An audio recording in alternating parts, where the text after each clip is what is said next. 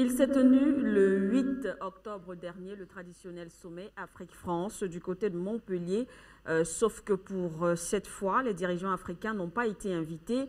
Un seul chef d'État a donc pris part à ce sommet, le président français Emmanuel Macron lui-même, hôte de l'événement. Face à lui donc des jeunes Africains sélectionnés originaire de quatre coins de l'Afrique. Toutefois, même au sein même de la classe politique française, l'on remet donc en question cette rencontre. À l'hémicycle, un député, Sébastien Nabo par exemple, s'interrogeant au ces mots, je cite, Emmanuel Macron est-il devenu ou alors est-il le président des Africains?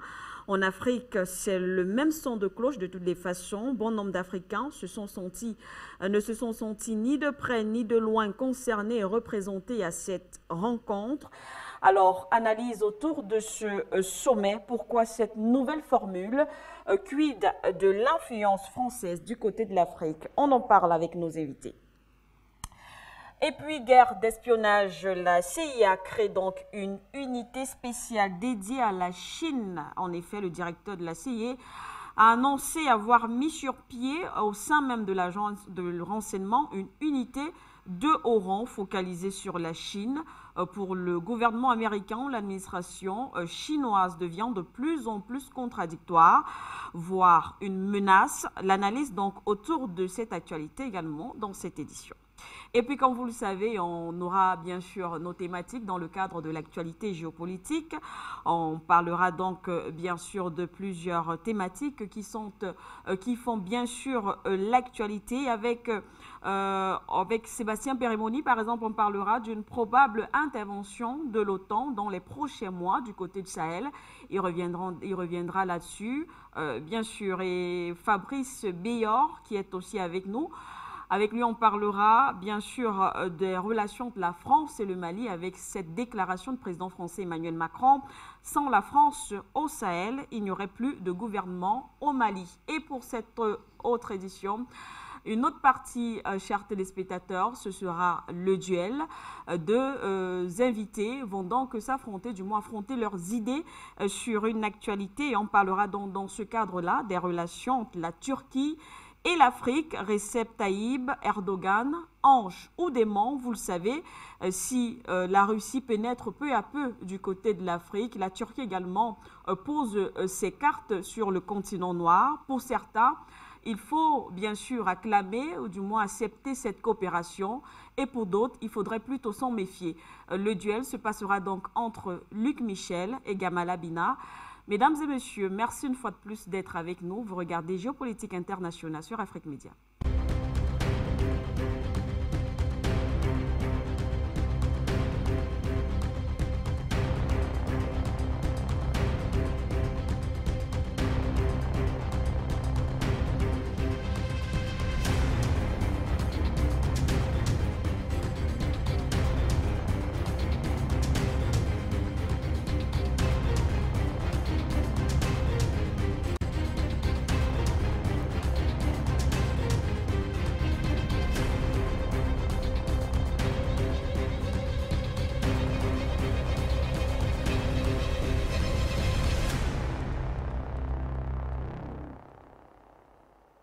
Sommet Afrique-France, l'influence de Paris en perte de vitesse sur le continent noir. L'on s'interroge.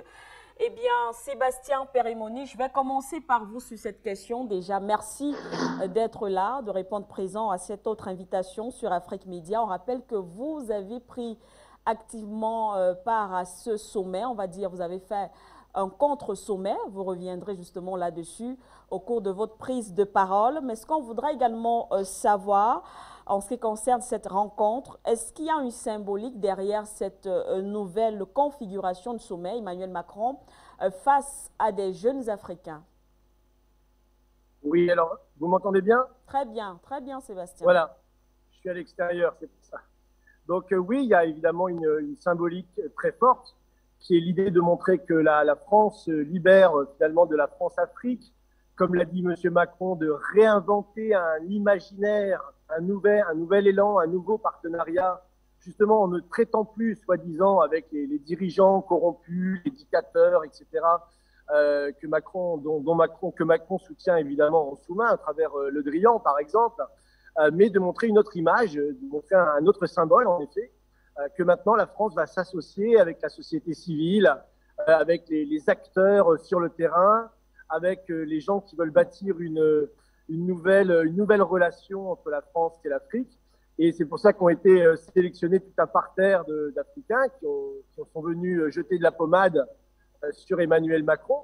Et donc, ce symbole, en fait, c'est l'idée de montrer que la France, aujourd'hui, met fin à la France-Afrique. Vous savez, c'est comme avec l'Écho, il y avait eu cette séquence de M. Macron. Il avait dit, c'est la fin du franc CFA, on va le renommer en Écho. Donc aujourd'hui, on dit, c'est la fin de la France-Afrique. D'ailleurs, ce sommet qui est organisé en France, et c'est un paradoxe, c'est un sommet Afrique-France, mais organisé en France, mais on l'appelle sommet Afrique-France. Et donc, Macron essaye, si vous voulez, de se redorer son blason vis-à-vis du sentiment anti-français, vis-à-vis aussi du sentiment en France des gens qui maintenant s'opposent à cette politique néocoloniale impérialiste. Il y a de plus en plus de gens en France qui sont conscients de l'impact du franc CFA, qui sont conscients de la politique militaire interventionniste et impériale de la France sur le continent. Donc, on essaye de changer l'image, vous voyez. Mais ce qui est très intéressant, puisque là, vous savez, je suis au cœur de la bête, si on peut dire, au cœur de l'âge des ténèbres intellectuelles. Je suis à Montpellier, là, actuellement. Donc, vous voyez, je suis à l'entrée du centre-ville, place de la Comédie. Et ce qu'on propose dans cette nouvelle relation Afrique-France, ce n'est pas de l'irrigation ou la santé publique. Vous voyez, alors je ne sais pas si vous arrivez à lire, c'est les sports urbains. Donc derrière moi, vous avez un skatepark. Voilà, on ne propose pas des infrastructures, on propose des DJ et des jeux vidéo. On ne propose pas, si vous voulez, une coopération pour réellement lutter contre le terrorisme. On propose la Fashion Week, la danse, la mode, le design, le food truck, c'est même marqué. Donc voilà ce qu'on propose aujourd'hui au continent africain, c'est-à-dire la Fashion Week, les food trucks, la mode, etc., l'art contemporain qui tenait une place très importante dans ce sommet. Et donc tout ça, si vous voulez, c'est l'idée pour Emmanuel Macron de se libérer de cette image, parce que c'est simplement une question de communication, de se libérer de cette image de coopération avec les dictatures et dictateurs en Afrique, et de dire qu'aujourd'hui, il soutient la société civile. Donc, c'est une symbolique très forte. D'ailleurs, le sommet en lui-même a vu beaucoup de participants, beaucoup d'Africains de la diaspora ont joué le jeu, le pari, en fait, de cette nouvelle relation. Mais évidemment, ce qu'on va avoir, c'est la grande désillusion, parce que vous savez que Macron a pris l'Élysée en France par effraction. Il avait promis la France des startups, de la mode, du design, etc., la même chose. Et aujourd'hui, ce qu'il a eu, c'est les gilets jaunes, c'est-à-dire une révolte populaire.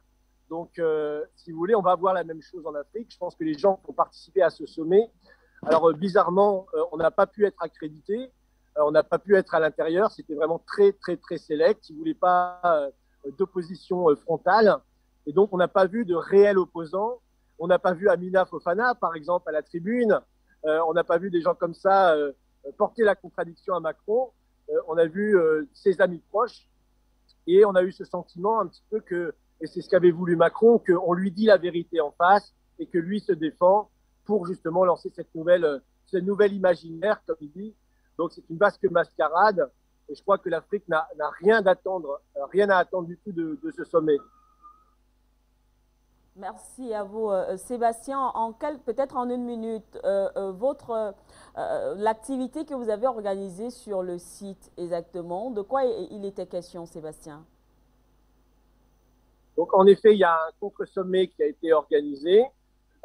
Donc, hier, il y avait différentes conférences, par exemple, avec des gens comme Fanny Pigeot, pour ceux qui connaissent, qui a écrit un très, très bon livre sur l'histoire de la France-Afrique et de l'histoire en particulier du franc CFA. Il y a eu différentes conférences qui ont montré un petit peu l'échec de la présence militaire en Afrique. Donc, il y a eu toute une série de conférences qui ont été organisées dans une petite salle ici à Montpellier. Et l'après-midi, donc, il y a eu une grande manifestation. On publiera d'ailleurs, j'ai filmé, j'ai pu interviewer un certain nombre de personnalités.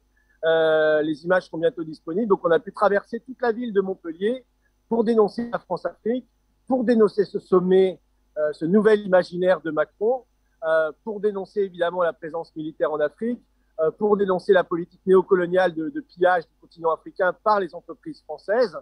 Total et autres. Et donc, ce sommet a quand même réuni, il n'y avait pas 4000 personnes, il y avait peut-être, je sais pas, un millier de personnes qui étaient dans les rues de Montpellier, qui ont pu traverser toute la ville.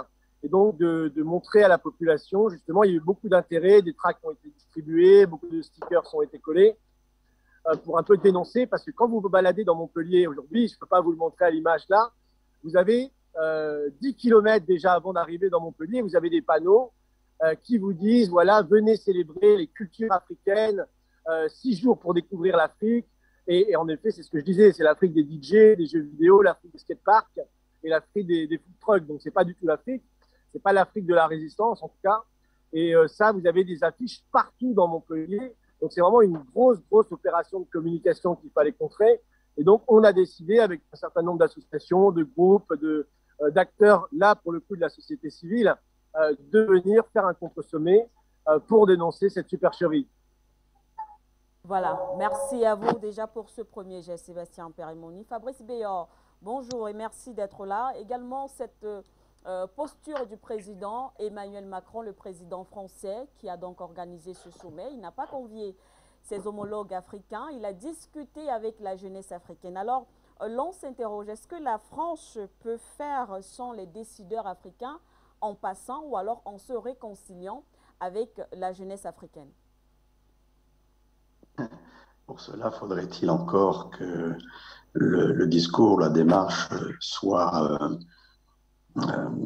sincère. On a assisté, bien évidemment, comme ça a été indiqué précédemment, on a assisté à une opération de communication de M. Macron qui pense qu'en inversant France-Afrique, en mettant Afrique-France, on va pouvoir oublier la France-Afrique. C'est assez ridicule. Je ne vois pas en quoi. Aujourd'hui, c'est cette politique depuis un certain temps. Quand on n'a pas grand-chose à dire, on fait du jeunisme. On met les jeunes en avant puisque c'est dynamique, parce qu'il y a beaucoup de culture. Oui, c'est très bien. Mais est-ce que ça change les rapports de domination et les rapports d'exploitation qu'il y a aujourd'hui en Afrique? Absolument pas. Donc, c'est une grande opération de communication qui, plus que jamais, démontre que c'est une forme de, je dirais presque, je pense que l'histoire le dira, un baroud d'honneur de la France-Afrique et de la Micronie qui essayent de récupérer quelque chose qu'ils sont en train de perdre. Et ils sont en train de perdre parce qu'aujourd'hui, non seulement le public africain est plus éduqué politiquement et géopolitiquement grâce, entre autres, à Afrique Média et à son travail de soft power sur les idées, et aussi et surtout parce que nous assistons à l'heure actuelle à une possibilité pour l'Afrique d'avoir des alternatives d'alliances géopolitiques, la Chine, la Russie, l'Iran et d'autres pays, mais principalement ces pays-là. Donc c'est un combat d'arrière-garde, un combat de communication, puisque Macron ce n'est que de la communication, mais c'est un combat perdu d'avance. Il a perdu en France avec le peuple français. C'est pas avec quelques moyens de communication qu'il va remettre au cœur de l'Afrique l'amour de la France. D'accord. Merci à vous, Fabrice Béor. Je vais poursuivre peut-être avec Gamal Abina, toujours sur cette question, la posture du président français dans le cadre de ce sommet Afrique-France, comme l'a si bien signalé ou encore rappelé Fabrice Béor. On sait qu'auparavant, c'était France-Afrique. On parle d'un jeu de mots aujourd'hui, Afrique-France. Le seul chef d'État présent à ce sommet, donc, qui reflète le visage de la France, en tout cas Emmanuel Macron, qui a donc pris part, qui a discuté avec cette jeunesse africaine. Alors, pour beaucoup, cela voudrait peut-être dire, contrairement à certaines analyses, que c'est toujours la France qui tient les rênes. Non, ça vient d'être dit à l'instant, ce n'est pas la France qui tient les rênes, c'est une sorte de chant du cygne, on est en bout de course. Je ne crois pas une seconde à ce sommet. D'ailleurs, un sommet, il faut déjà qualifier les termes. France, moi j'ai envie de dire France à accent fric, c'est ça la question. C'est une question d'argent. Aujourd'hui, la France a besoin de revenir en Afrique parce qu'elle est en train de perdre des parts de marché, elle recule sur tout le continent francophone, on précise. Les Africains, on l'a vu avec le Rwanda est symptomatique en la matière. Il a rejoint le Commonwealth contre la France-Afrique. Il a des raisons de le faire. 500 000 morts, quand même, c'est pas rien. Donc, je trouve très étonnant que M. Macron fasse un sommet avec des gens dont on ne sait absolument pas qui ils sont, de la société civile, laquelle. Elle n'est peut-être pas forcément de là-bas, elle est plutôt d'ici, de France en l'occurrence. Je trouve très étonnant de faire un sommet où on inverse le mot Afrique-France, France-Afrique. Enfin, ça, c'est de la sémantique, c'est une plaisanterie.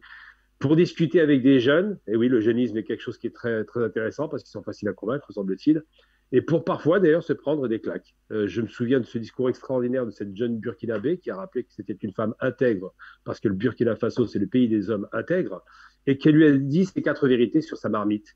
Et effectivement, il ne changera pas de marmite, malheureusement, expliquant que la marmite est sale, la marmite France-Afrique. Donc, un sommet avec des dirigeants qui ne sont pas présents, c'est déjà c'est très, très étonnant, c'est surprenant. Ça rappelle ce fameux sommet de la Baule avec François Mitterrand qui en laisse tous ses interlocuteurs en expliquant que la démocratie allait arriver et que le monde soviétique était tombé et que l'Afrique devait devenir démocratique. On se rappelle de cette plaisanterie qui n'a pas duré longtemps d'ailleurs et qui n'a absolument rien apporté en termes de développement économique. Le rapport de la France et de l'Afrique est un rapport de servage, c'est un rapport de lien économique qui se réduit juste à l'extraction minière, à une dégradation. Alors en économie, on appelle ça la dégradation des termes de l'échange. Ça signifie que les Africains vendent des produits miniers pas chers. Ils doivent racheter des produits transformés très chers en haute technologie. Voilà ce que c'est que la dégradation des termes de l'échange, qui ne sont pas favorables aux Africains. Et il a ça qui est très cosmétique, qui rappelle d'ailleurs étrangement ces fameuses grandes rencontres qu'il avait fait à la suite des Gilets jaunes. Il aime bien ces bains de foule comme ça pour donner le sentiment qu'il est en communication directe avec la population. Il aime bien cette idée de start-up française qui n'existe toujours pas, mais dans les faits, malheureusement, ça ne donnera rien. Et c'est une façon aussi de reprendre la balle au bon, parce que Macron sait qu'il perd des parts de marché, c'est que la France est très mal vue en Afrique, qu'il y a des manifestations spontanées, non pas téléguidées comme il le dit par les Russes ou les Turcs, qui commencent à manifester leur mécontentement, mais des manifestations populaires qui se rendent bien compte, il ne faut pas se raconter l'histoire, que depuis que la France a lâché l'Afrique, entre guillemets, en termes d'indépendance, en 60, sous contrôle évidemment, elle n'a jamais apporté la moindre idée de développement. Et ce fameux discours, il y a eu plusieurs intervenantes en face de lui, dont une en particulier qui dit « Vous n'êtes pas là pour nous aider à nous développer, on est là pour co-développer », je le rejoins là-dessus. Si la France voulait vraiment faire de l'Afrique un partenaire économique, il y aurait une stratégie de réindustrialisation de la France et de l'Afrique, parce que la France n'a plus d'industrie, ou quasiment plus, et qu'elle a besoin d'industrie. Donc non, c'est un sommet cosmétique, c'est comme ça que je l'appellerais, qui ne va pas donner grand-chose, mais qui signe juste c'est un chant du cygne pour M. Macron, qui se rend bien compte que l'Afrique ne veut quasiment plus de France, mais veut d'autres partenaires un peu plus crédibles et sérieux. Merci également à vous, Gamal Abina. Et justement, en parlant de cette sélection, comme vous l'avez si bien dit, il y a eu des réactions. C'est que du côté de Mali, par exemple, là-bas, le Conseil national de la jeunesse s'est exprimé. Elle a adressé un courrier à l'ambassadeur de France du côté du Mali. Elle ne s'est pas reconnue, apparemment, ne s'est pas reconnue envers ceux-là qui ont représenté le Mali. Lors de ce sommet, le Conseil a bien sûr marqué sa désapprobation face aux propos qui ont été tenus, du moins les discussions, ou alors ces jeunes-là qui se sont présentés ou représentés en tant que Maliens du côté de Montpellier. Luc Michel, je poursuis avec vous sur cette question. On n'a pas vu justement les dirigeants africains réagir face à cette attitude du président français Emmanuel Macron. Ils n'ont pas été conviés. C'est la jeunesse africaine qui a été conviée, qui a discuté avec le président français. Les décideurs n'ont pas pris part à ce sommet. Alors, comment expliquer le silence ou alors interpréter le silence des chefs d'État africains? De vous l'expliquer, je rejoindrai les autres participants que je salue. Le fond de l'histoire, c'est ce que moi j'ai appelé d'une formule qui a eu beaucoup de succès, c'est la France-Afrique 2.0. Lorsqu'il est devenu président en 2017, Macron, qui est un président français qui connaît très bien l'Afrique, puisqu'il a fait des stages dans les ambassades françaises en Afrique au début de sa carrière, et qui s'est occupé de l'Afrique à la bande Rothschild, son meilleur complice, c'est Lionel Zizou. Macron a décidé de fournir une nouvelle version de la France-Afrique que j'ai appelée la France-Afrique 2.0. Ce n'est pas un hasard. Samedi sortait aux éditions Fayard un livre de 1000 pages qui s'appelle « L'Empire qui ne voulait pas mourir » et qui est une histoire de la France-Afrique. Le sommet de Montpellier, c'est le dernier soubresaut de la bête. Effectivement, la bête ne veut pas mourir, l'Empire ne veut pas mourir, pourtant il va mourir.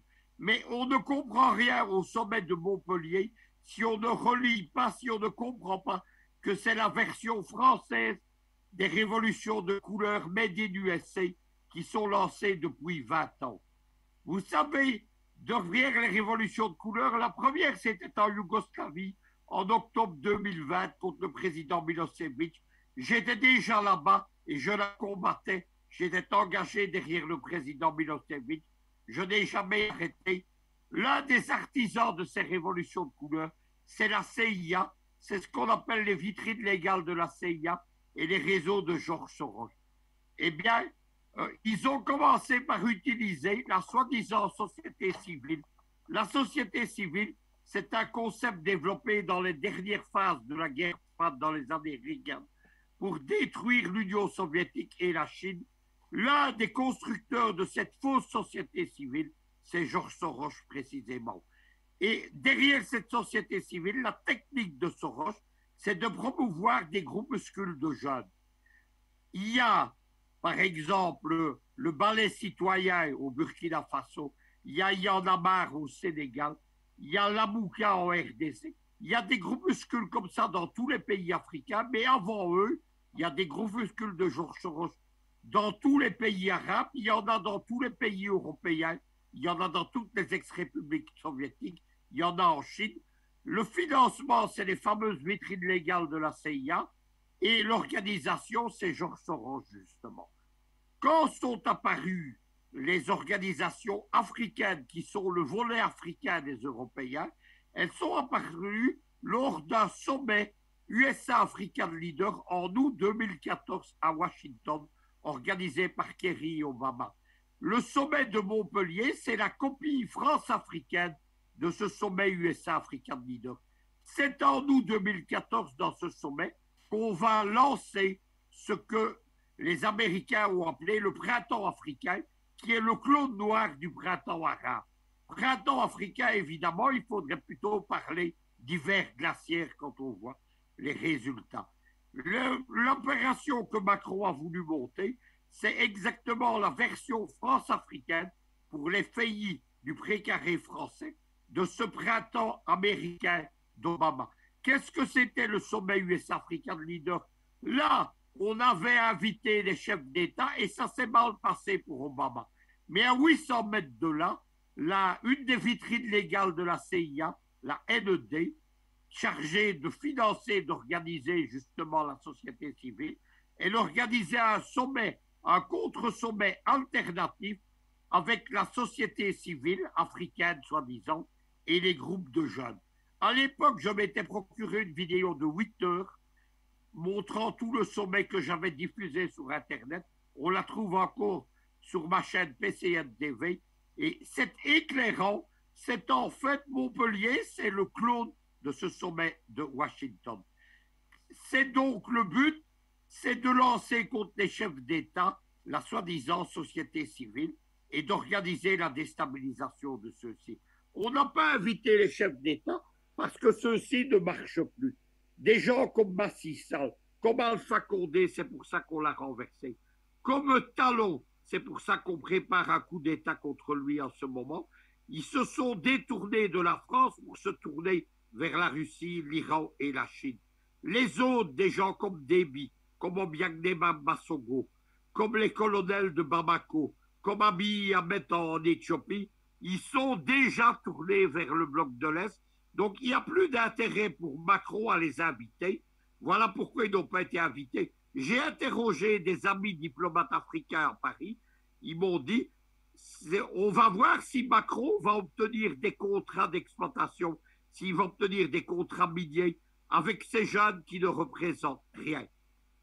Deuxième stade de l'opération, pour comprendre, il est très important, Manuela, c'est qu'en août 2014, on a lancé donc une série de groupuscules de jeunes qu'on a présentés comme des panafricanistes. Par exemple, il y en a marre ou le ballet citoyen, ils se disent panafricanistes, mais ils sont au service de Georges Soros et de la CIA. Eh bien, C'est la même chose qui se passe à Montpellier. Vendredi, Jeune Afrique a lancé une série d'articles consacrés à des jeunes activistes. Ils prétendent représenter un panafricanisme 2.0. Qu'est-ce que c'est le panafricanisme 2.0? Ce sont des panafricanistes qui ont trahi la cause africaine, qui viennent pour fracturer notre néo-panafricanisme, le néo-panafricanisme d'Afrique Média, de Panafricom, d'Idriss Déby Itno, de Nkurunziza, de Daï Chimay, des colonels de Bamako, de Touadéra ou d'Abiy Ahmed. Et quels sont ces gens? Je ne vais pas les citer parce qu'ils n'attirent que le mépris. Ils se sont laissés acheter à coups de valises de dollars. Leur première opération, nous explique Afrique Média, ils sont actuellement en mission à Conakry pour soutenir le putsch de l'officier, le lieutenant-colonel Doumbouya, l'ancien légionnaire devenu lieutenant-colonel, qui est l'officier de liaison de l'Africom américain avec les États-Unis en Guinée équatoriale. Voilà ce que sont ces panafricains. Leur but, c'est de fracturer notre néo-panafricanisme. C'est le but de l'opération de Montpellier. Et je peux déjà vous annoncer que tous ces gens qui sont des traîtres, et excusez-moi du terme, mais des salopards, qui déjà étaient décrits dans le livre de Frantz Fanon, Peau noire, masque blanc, ces gens qui sont des esclaves de maison, eh bien, ces gens-là vont me trouver. Ils vont trouver Afrique Média sur leur route. Hier est sorti le magazine panafricain d'Afrique Média. Il est entièrement consacré à ces esclaves de maison. Voilà l'arrière-plan du sommet de Montpellier. Si on ne comprend pas cet arrière-plan, si on ne fait pas le parallèle avec le sommet de Washington de 2014, on ne comprend pas ce qui se passe.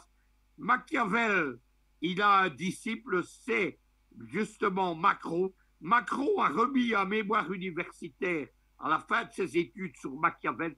C'est pas le Machiavel libérateur du plat des peuples qu'on appelle le machiavélisme. C'est le Machiavel de la manipulation des peuples. C'est cela qui est Macron. Il faut dire un dernier mot. Macron parle société civile, il parle dialogue. Il y avait un contre-sommet. On a arrêté en gare de Montpellier un train entier où se trouvaient les vrais activistes de la résistance africaine. Ils sont encore actuellement détenus en garde à vue par la police de Montpellier. C'est exactement les méthodes qui ont été employées contre les Gilets jaunes. Décidément, M. Macron, c'est tout sauf un démocrate. C'est un dictateur, c'est un Machiavel au petit pied. Lui aussi, comme les jeunes qui trahissent l'Afrique, il n'appelle que notre mépris. Merci à vous, Luc Michel. Il faut dire justement que les discours, les différentes interventions qui ont été faites par cette jeunesse africaine devant le président Emmanuel Macron ont beaucoup été relayés. On parle de discours panafricanistes parce que plusieurs sujets qui sont abordés d'ailleurs la plupart sur les plateaux d'Afrique Média ont été posés sur la table de ce côté-là. De toutes les façons, on poursuit, on fait un dernier tour de table pour sortir de cette thématique. Fabrice Béor, alors Emmanuel Macron a misé sur la jeunesse cette fois-ci. Il n'a pas appelé les dirigeants africains. Luc Michel a rappelé, bien sûr, une anecdote. On le sait, ce sont les dirigeants africains qui décident et qui peuvent implémenter certaines décisions. Alors, que vaut cette jeunesse africaine sur laquelle le président Emmanuel Macron a visé en se doutant qu'il y a certainement un plan, un objectif derrière? Luc Michel l'a bien décrit sur la réalité de ces 10 mouvements de jeunesse. Il y a toujours les idiots utiles, il y a toujours les naïfs, il y a beaucoup les gens qui sont intéressés, il faut le dire, par des petits billets ou pour un voyage qui peuvent satisfaire leur ego, leur narcissisme. Ça, c'est la nature humaine. Mais sur le fond, ces groupes qui sont invités sont, on va dire, une façon, évidemment, de présenter la chose à la jeunesse, comme il a été indiqué aussi, également précédemment, qu'il est plus facile de manipuler par des belles paroles et par la prestance de la position que peut avoir le titre de président de la République française. Mais pour autant, on est toujours sur la même ligne. c'est une opération de communication, c'est une opération de manipulation, c'est une opération de préparation d'une volonté de Paris de déstabiliser ou voire de renverser, comme ils l'ont fait en Guinée-Conakry, un pouvoir qui ne leur était plus simplement aux ordres. Et tout cela fait partie de ce folklore et de cette guerre qui ne veut pas dire son nom, comme il a été dit, je vais encore le répéter, mais de cet empire, effectivement, qui ne veut pas mourir alors qu'il est mourant. Il n'y a pas grand-chose à attendre de ces organisations. Vous êtes panafricaniste, donc vous savez que la France, Afrique, pas la France en général, le peuple français, si, à mon avis, on le consultait après un véritable débat où tout serait exposé véritablement, je pense que l'affaire serait réglée assez rapidement. Et pour autant, la France-Afrique, vous êtes panafricaniste, vous savez que la France-Afrique est, tout du moins pour la partie francophone. Et votre problème avec le CFA, avec les accords qui ne sont pas égaux, avec cette présence militaire française qui ne résout aucun des problèmes, ce pourquoi normalement elle est officiellement présente. Et vous allez à Paris, vous pensez que les belles paroles du président Macron vont changer quoi que ce soit. Non, vous êtes naïf, vous êtes un idiot utile, ou vous êtes tout simplement, pour parler très clairement, un traître à la cause que vous dites défendre. Donc je ne crois pas à cette dite société civile, je crois plus un peu comme cela a été à un moment où, pour le 14 juillet, notre ami Macron avait fait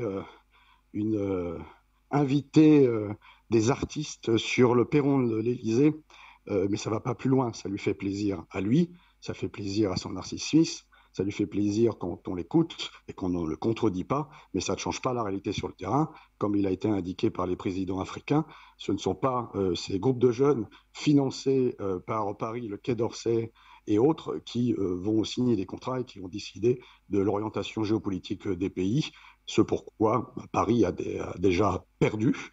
Certains l'ont compris, mais d'autres qui sont au pouvoir s'y accrochent encore, peut-être parce que les gentils donateurs ou ceux qui les ont mis au pouvoir ou ceux qui vont leur donner à manger après avoir quitté le pouvoir sont justement, ont des intérêts particuliers en Afrique, certains oligarques français entre autres. Et puis vous rajoutez ça, je vais conclure sur la France-Afrique aujourd'hui, qui n'est que le sous-traitant de la politique de recolonisation de l'Afrique américaine.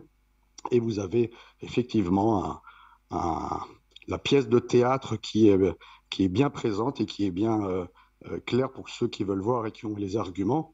Mais je terminerai véritablement en disant que oui, l'Afrique, un panafricaniste, un néo-panafricaniste, aujourd'hui, ce qui l'intéresse, ce sont des accords qui le font gagner. Ce pourquoi ça ne se passe plus à Paris, ça se passe à Pékin, ça se passe à Téhéran et ça se passe surtout à Moscou.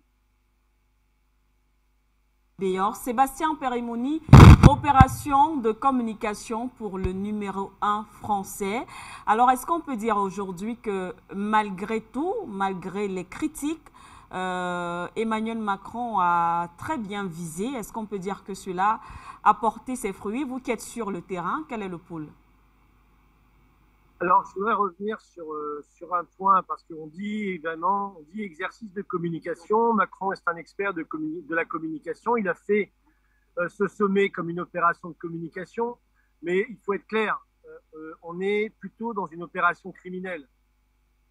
Clairement criminelle, c'est-à-dire que les conséquences réelles de ce sommet Afrique-France, ou France-Afrique à accent Afrique, comme l'a dit un intervenant, ça veut dire la continuation de cette politique france-africaine qui, je le rappelle, fait que les 14 pays aujourd'hui qui sont sous tutelle du franc CFA sont parmi les 30 pays les plus pauvres du monde.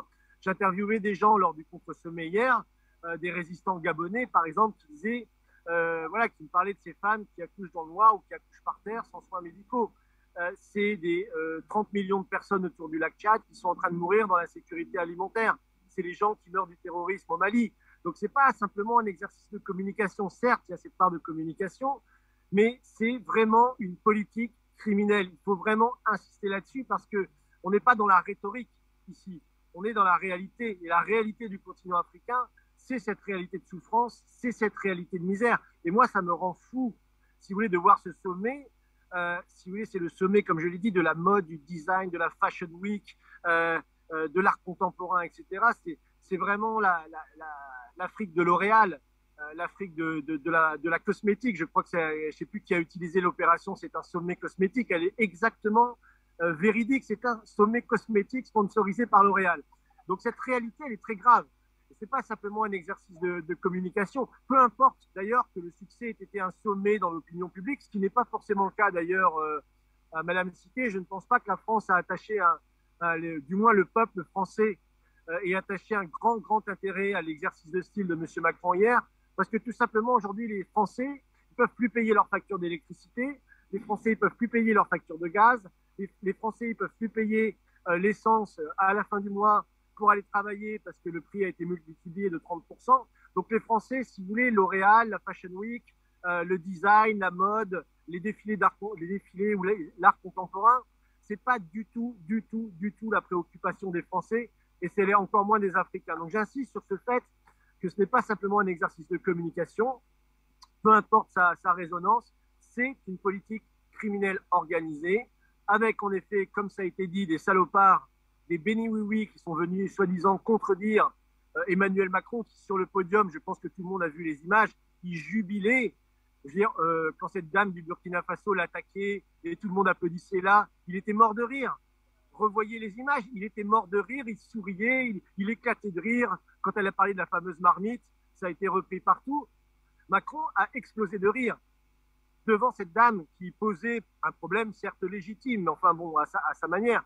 Quand cette dame aussi du Mali, c'était tout à fait ridicule, qui l'a soi-disant un petit peu secoué, regardez comment a réagi Emmanuel Macron, il n'a pas arrêté de rigoler, toutes ses dents dehors, en train de jubiler, de se faire attaquer publiquement et de se défendre derrière. Donc si vous voulez, c'est vraiment une catastrophe ce sommet, c'est une catastrophe pour l'Afrique, parce que ça veut dire que l'insécurité militaire va continuer d'être organisée, ça veut dire que l'insécurité alimentaire va continuer d'être mise en place, que l'insécurité humanitaire, enfin disons médicale, etc., infrastructurelle va continuer à être la politique de la France. Donc c'est très grave ce qui est en train de se passer, c'est très grave. J'appelle vraiment les dirigeants, on l'a vu, ils se sont prononcés sur ce sommet, mais évidemment c'est pas ça qui va développer l'Afrique, c'est pas ce sommet qui va développer l'Afrique, et je dirais que c'est pas non plus ce sommet qui va aider la France et les Français, puisqu'on est dans une situation ici qui est aussi très difficile pour le peuple français, relativement évidemment au niveau de vie que nous avons. Mais donc voilà, donc certes un exercice de communication, mais pour moi la continuation officielle de la politique la politique criminelle de l'État français et du Quai d'Orsay en Afrique. Et à vous, Sébastien, une fois de plus. Alors, Gamal Abina, la France en perte de vitesse depuis un certain moment, on le voit, dans son précaré. Alors, après ce sommet, quel avenir pour, on va le dire comme ça, la France-Afrique? Comme j'ai dit à l'instant, et c'est bien de le rappeler, c'est effectivement un sommet cosmétique, ça c'est évident. Ça m'a rappelé un peu, bon, je vais être un petit peu dur, mais ça m'a rappelé les expositions universelles du siècle dernier. Du début du siècle dernier, où on mettait en scène à l'époque de façon très ridicule la puissance impériale de la France, qui mettait en scène son grand empire aux 4 couleurs, d'après ce qu'elle disait. Donc cette façon de mettre en scène des gens, effectivement, c'est bien de le rappeler, c'est une façon, pour Macron, qui adore l'exercice de la contradiction, sachant que de toute façon, il ne changera pas d'avis. Il aime être bousculé, il aime qu'on lui renvoie ses contradictions, il aime donner le sentiment qu'il est un homme honnête. Je ne sais pas s'il est honnête, c'est difficile à dire, mais ce qui est sûr, c'est que c'est un homme de chiffres. Et je ne crois pas une seconde en la pérennité d'un sommet. J'appelle pas sommet, moi j'appelle ça au mieux une petite colline. Il faut être un peu sérieux. On ne reçoit pas la société civile choisie par je ne sais qui en France pour parler au chef d'État africain. Il y a quand même, c'est une plaisanterie. Cette idée de société civile, elle n'a jamais eu le pouvoir. On voit bien que les Gilets jaunes en France. Donc non, je ne crois pas à la pérennité. Je crois vraiment que c'est la fin d'un cycle néocolonial qui est très présent. C'est la remise en question du franc CFA qui, quand même, c'est une des choses les plus aberrantes au monde. Que le pays qui est l'ancienne puissance coloniale vous dise, vous fasse votre monnaie avec le nom de franc dessus. C'est même pas une monnaie locale. On pourrait prendre, je sais pas, l'Africa. Ça aurait été intéressant d'avoir une monnaie Africa. Non, c'est franc. Donc déjà, ça commence mal et donne la valeur de la monnaie. Le franc CFA est une monnaie de singe. 1 million de francs CFA, c'est 1500 euros. Ça vous donne un peu le niveau de la catastrophe. Ça rappelle un peu l'Allemagne des années 20, quand il y avait ces fameuses charrettes de billets parce que la monnaie ne valait rien. Combien faut-il de francs CFA pour s'acheter une voiture? Enfin, c'est hallucinant. Et donc, cette France-Afrique, qui est toujours présente malheureusement, témoigne de deux choses. La première, c'est que M. Macron ne sait plus comment parler chez les Africains parce que ça devient difficile. Parce qu'effectivement, avec sa sortie par rapport au Mali, qui était quand même très peu diplomatique, il est en rupture avec pas mal de dirigeants africains. Ensuite, donc, il ne peut pas les recevoir naturellement. Ensuite et surtout parce que la France a un terrible besoin des ressources, surtout énergétiques africaines, donc pétrole, gaz, et particulièrement, on l'entend très souvent actuellement, la question du combustible pour les centrales nucléaires, donc de l'uranium qui est au Niger et au Mali, puisqu'il y a des réserves au Mali. L'Afrique recèle toutes les puissances, enfin toutes les ressources de la planète. C'est le continent le plus riche de la planète. C'est quand même extraordinaire de penser que c'est le plus riche. Il a tout. Je prends un exemple très concret. Le phosphate qui nous permet de pouvoir faire des engrais, donc de nourrir la terre, est concentré majoritairement en termes de réserves en Afrique du Nord, le Maroc, le Sahara occidental, l'Algérie et la Tunisie. Tous ces enjeux sont parfaitement perçus par toutes les puissances mondiales.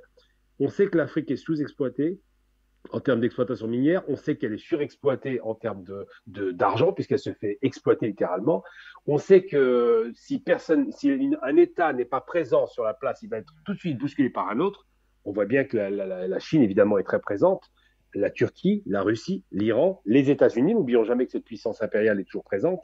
L'Angleterre, qui fait toujours sa loi avec son Commonwealth. On sait que ces États ont un besoin criant des ressources minières. On sait aujourd'hui que la planète consomme plus que ce qu'elle peut produire. Donc l'Afrique est devenue un enjeu central, c'est un véritable enjeu, avec des Africains qui ont pris conscience qu'on les manipulait. C'est une vraie conscience, et ça, là, pour le coup, la société civile a du sens. La population a compris qu'on les manipulait, parce que ça fait quand même 60 ans que l'Afrique est restée encore en bas, qu'elle n'est pas développée. On voit bien qu'en Asie, le développement s'est fait parce que l'Europe n'a plus trop eu de prise sur l'Asie et parce qu'il y a eu des enjeux entre l'Est et l'Ouest et qu'on a mis le paquet sur certains pays au niveau industriel. Mais en Afrique, on a interdit que l'industrialisation se fasse. C'est une volonté politique qui a été mûrement réfléchie. Donc, quand on fait des sommets, c'est bien de le rappeler à l'instant, quand on fait des sommets cosmétiques, en l'occurrence, où on nous parle de Fashion Week, où on nous parle d'art contemporain, je dis que c'est une plaisanterie. Moi, je suis très fan d'art contemporain, mais je suis quelqu'un qui vit dans un pays riche. Donc, ces questions d'art contemporain sont des questions d'hommes qui ont de l'argent, qui ont un pouvoir d'achat, qui ont un certain confort de vie. En Afrique, on ne veut pas savoir la couleur des tableaux et de comprendre, par exemple, si le bleu de Klimt est un bleu magnifique, ça n'intéresse personne. On veut manger aujourd'hui, on veut un minimum de confort, on veut ce qu'on appelle le minimum de survie, à savoir cette fameuse pyramide de Maslow, qui permet d'avoir un minimum de survie humaine et de dignité. C'est interdit aux Africains pour la plupart. On leur offre quoi? La misère, la famine, la guerre, les dictatures, les prédations extérieures, c'est ça qu'on a fait aux Africains. Donc aujourd'hui, la question de faire un sommet où on nous parle de culture, d'art, de sport, ce genre de plaisanterie n'est pas sérieuse. Donc M. Macron utilise ce qu'il a comme moyen. N'oublions pas que la France n'a pas d'industrie, elle n'a quasiment plus d'industrie, qu'elle n'a donc pas les moyens de la Chine qui va investir massivement, qu'elle n'a donc pas les moyens de pouvoir faire du soft power en Afrique, c'est fini, c'est l'Amérique qui tient le soft power, ou la Turquie en l'occurrence, qu'elle n'a pas les moyens de pouvoir se donner une image de virginité, parce que malheureusement, le comportement de la France depuis 60 ans est calamité en Afrique. J'ai rappelé la sommet de la Baule de Mitterrand qui promettait tout et n'importe quoi par la démocratie, finalement rien ne s'est passé, et que l'Afrique a compris que ce n'est pas la démocratie qui va apporter le développement, mais que c'est une volonté politique. Donc aujourd'hui, effectivement, quand on fait un sommet avec des gens qui sont triés sur le volet, qui sont choisis, avec des contradicteurs qui sont plutôt faibles en vérité, qui restent polis, quand on fait un sommet sommet, je vous dis, c'est encore une fois, c'est pas un sommet, c'est au mieux une petite colline, et qu'on ne parle pas aux seuls dirigeants politiques qui sont les seuls à prendre la décision, on ne peut pas espérer quelque chose. Mais par contre, je réponds à votre question de façon très claire, ce sommet Afrique-France ou France-Afrique, on l'appelle comme on voudra, est un sommet qui vient démontrer une chose évidente, c'est que la France s'accroche au wagon comme elle peut, avec des exercices de séduction très maladroits, mais qu'elle a parfaitement compris qu'elle est en train de perdre ses parts de marché et sa présence. La seule chose qui reste à la France pour essayer de s'arrimer à l'Afrique, parce qu'on parle bien d'arrimage, c'est la francophonie. Vous imaginez, c'est encore une fois un volet culturel. C'est-à-dire qu'elle se dit que par sa francophonie, elle va prendre une sorte de puissance là-bas, mais il se trouve que la francophonie aussi est remise en question, puisque beaucoup de pays africains maintenant prennent l'anglais comme première langue, et l'Algérie, pour prendre l'exemple de mon pays d'origine, pareil, commence à miser sur l'anglais. Ça dit des choses, ça ne veut pas dire que c'est meilleur, ça veut dire que ça se détache de l'ancienne puissance coloniale qui a démontré qu'elle était incapable de faire un travail de collaboration et non pas de rapport de maître à esclave avec des pays qui ont besoin d'un développement infrastructurels pour commencer importants, et puis après des développements, effectivement, dans les industries de transformation et les industries légères pour que les gens puissent s'équiper. Donc c'est cela qu'on peut constater, pour moi, je le répète à nouveau, un chant du cygne. C'est le début de la fin pour la France et elle le sait parfaitement.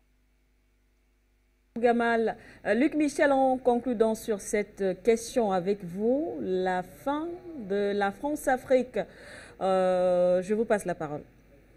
Moi, je vais insister sur ce qui sépare ce faux panafricanisme 2.0, parce que c'est ça le but de l'opération, de notre néo-panafricanisme. Vous savez, j'ai beaucoup parlé dans ma précédente intervention de Georges Soros, des vitrines légales de la CIA, etc. Tous ces gens sont aujourd'hui à Montpellier. À Montpellier, il y a derrière le Quai d'Orsay, il y a les Yali, il y a la French American Foundation, il y a les jeunes leaders, il y a les groupuscules de Soros qui est très lié à Emmanuel Macron. Ce sont les mêmes. Vous savez, au début des années 1950, le maréchalissime Joseph Staline, l'homme qui a vaincu Hitler et qui a empêché que le XXe siècle soit le siècle de Hitler, on lui a posé la question, on lui a demandé ce qui séparait les communistes des démocraties populaires du bloc de l'Est, des communistes des partis communistes d'Europe de l'Ouest. Il a dit, nous sommes les communistes pur beurre, les communistes de l'Ouest, ce sont les communistes de margarine. Vous savez que la margarine, c'est un ersatz, c'est un simulacre de beurre. C'est exactement ce qu'est le soi-disant panafricanisme 2.0. Dans le magazine panafricain d'Afrique Média, j'ai expliqué que c'était les panafricanistes de margarine. C'est un faux panafricanisme qui vient pour fracturer le néo-panafricanisme. Précisément, qu'est-ce que c'est le néo-panafricanisme? C'est la liaison entre les masses panafricaines conscientisées par Afrique Média depuis 10 ans et les chefs d'État panafricains, des gens comme Idriss Déby, comme Obiang Bamba Songo, comme Kourouziza, comme Ndiaye Chimei, comme les colonels de Bamako, comme Touadéra, comme Abiy Ahmed. Ces gens font avancer notre cause par une politique de petits pas, par une diplomatie active. Ils ont besoin du soutien des masses panafricaines. Il y a eu 4 générations dans le panafricanisme. La première, ça a été des grands congrès panafricains, celle de De Klerk, de Dutoit, etc. La deuxième génération, c'est celle des pères de l'indépendance, Lumumba, Nasser, Nkrumah. La troisième génération, j'y ai appartenu avec Fabrice Beyor, j'étais derrière Kadhafi, c'était la génération qui a fait l'Union africaine en 1999. Ces 3 générations ont échoué parce que le panafricanisme, c'était quelque chose qui était partagé par une petite partie des élites africaines et par des intellectuels. Il n'y avait pas des masses derrière. Et puis Afrique Média est venue et a émergé la 4e génération du panafricanisme. Je l'ai appelé en 2015 le néo-panafricanisme, justement, pour la distinguer des précédentes, parce que c'est la génération du succès. Aujourd'hui, derrière les chefs d'État africains, c'est le cadeau que nous leur avons fait, c'est ce que nous leur apportons. Et je peux vous dire, pour en fréquenter beaucoup, qui sont reconnaissants à ce que nous faisons de cela, il y a des centaines de millions d'Africains qui sont derrière les chefs d'État. Le but du sommet de Montpellier, le but de Jeune Afrique, le but de Macron, avec ce panafricanisme 2.0, qui, je vous le rappelle, donc a acheté des super trades qui sont déjà en action à Guinée et Conakry, c'est justement de fracturer la 4e génération du panafricanisme, c'est justement d'isoler des chefs d'État qu'on appelle les dictateurs et de leur opposer une société civile au service des Français, de la France-Afrique et des Américains des révolutions de couleur. C'est contre cela que nous allons nous mobiliser au cours des semaines et des mois qui vont arriver. Merci une fois de plus à vous, Luc Michel. La transition, ensuite on revient.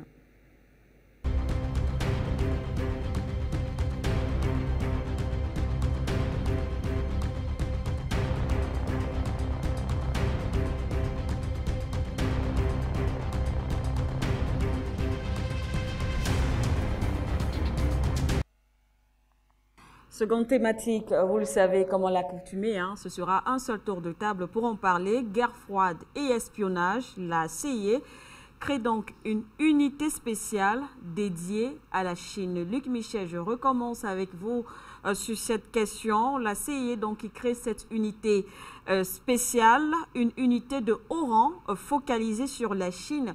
Quel est exactement l'objectif de cette agence? Il y a un arrière-plan géopolitique, mais ce n'est pas comme on le pense l'espionnage. Le but de ce qu'on vient de faire, c'est la déstabilisation de la Chine. Il y a quelques semaines, Joe Biden a défini ce qu'on appelle la doctrine Biden, c'est-à-dire le grand axe de sa géopolitique internationale, justement, au cours des 4 prochaines années. Contrairement à Trump, qui voyait dans la Chine uniquement un adversaire économique, il a défini la Chine comme un adversaire global et comme le principal adversaire géopolitique des États-Unis. Et il a lancé l'OTAN du Proche-Orient qu'on appelle le Quad, avec l'Australie, le Japon et la Corée du Sud. C'est la confrontation globale. Cette confrontation, elle ne va pas être militaire, mais elle va être un peu une histoire de déstabilisation. Nous sommes entrés dans la guerre froide 3.0 qui voit principalement s'opposer les États-Unis et la Chine. Cette guerre froide 3.0, elle doit préparer la Troisième Guerre mondiale. La Troisième Guerre mondiale, il faut savoir que les Américains en parlent ouvertement. Celui qui en parle le plus, c'est le géopoliticien américain George Friedman. C'est le disciple de Kissinger et de Brzezinski. Il a écrit un livre qui s'appelle « Les 100 prochaines années ». Il prévoit la Troisième Guerre mondiale dans les années 2050-2070. Attention, on comprend, cette Troisième Guerre mondiale n'oppose pas les États-Unis à la Chine et à la Russie.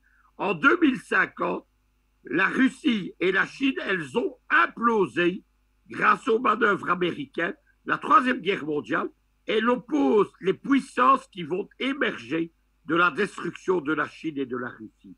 Sur quoi est-ce que les Américains font imploser la Russie et la Chine? Ils font imploser sur leur fracture interne.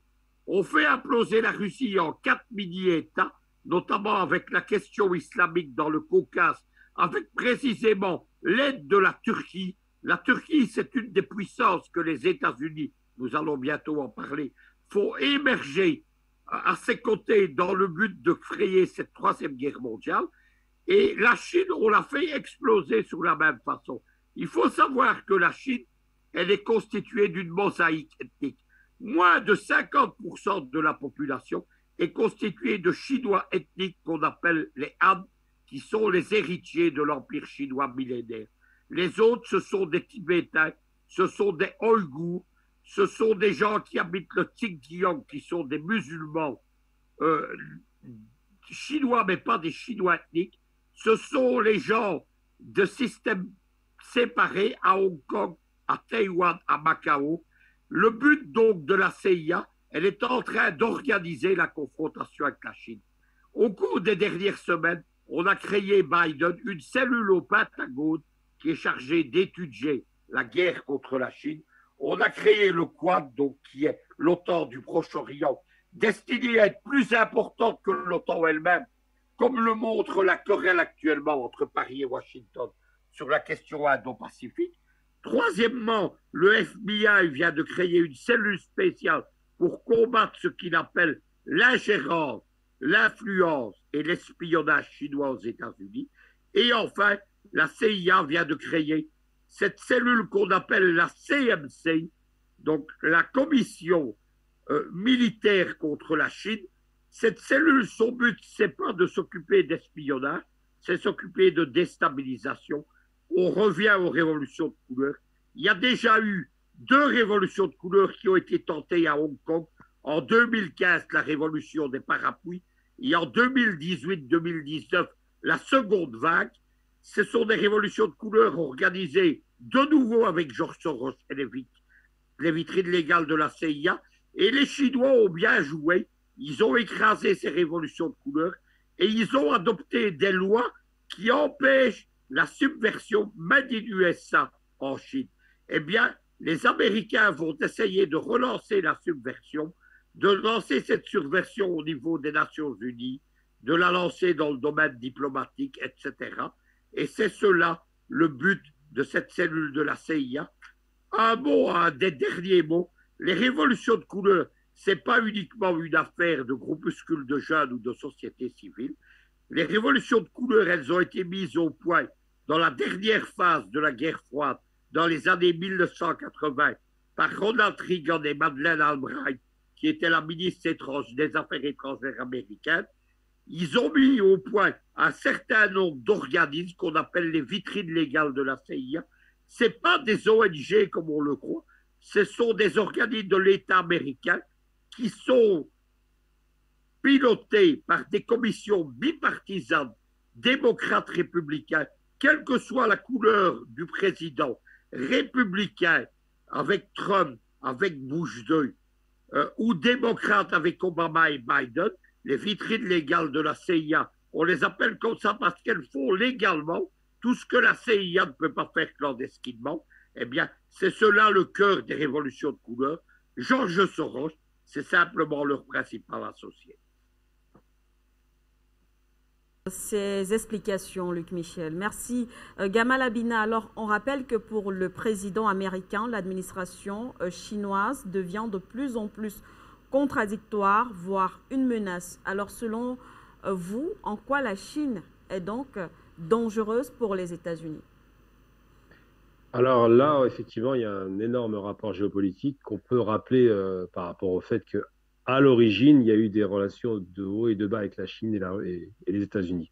Ça commence par la révolution de Mao Tse-tung qui chasse Chiang Kai-shek, qui va se réfugier sur l'île de Taïwan. Mao Tse-tung, c'est un communiste qui se réclame un peu d'une idéologie d'extrême gauche qu'on voit en Russie et qui s'appuie sur la paysannerie pour pouvoir prendre le pouvoir. Mao Tse-tung très rapidement se trouve en confrontation et en concurrence avec la Russie soviétique et finalement en 70 finit par être rapproché par les États-Unis. Donc il y a un réchauffement diplomatique entre les deux pays, une reconnaissance de la Chine par le monde, puisqu'au départ on ne reconnaissait que Taïwan, et la Chine commence à monter lentement mais sûrement en puissance économique avec l'arrivée de Deng Xiaoping au pouvoir. Donc la réforme se fait, les zones économiques spéciales s'installent, une grande puissance commence à se développer, le concurrent, les différentes zones comme ça, frontalières de la Chine vont être rétrocédées dans les années 90-2000, et les Chinois commencent à se renforcer politiquement et surtout économiquement.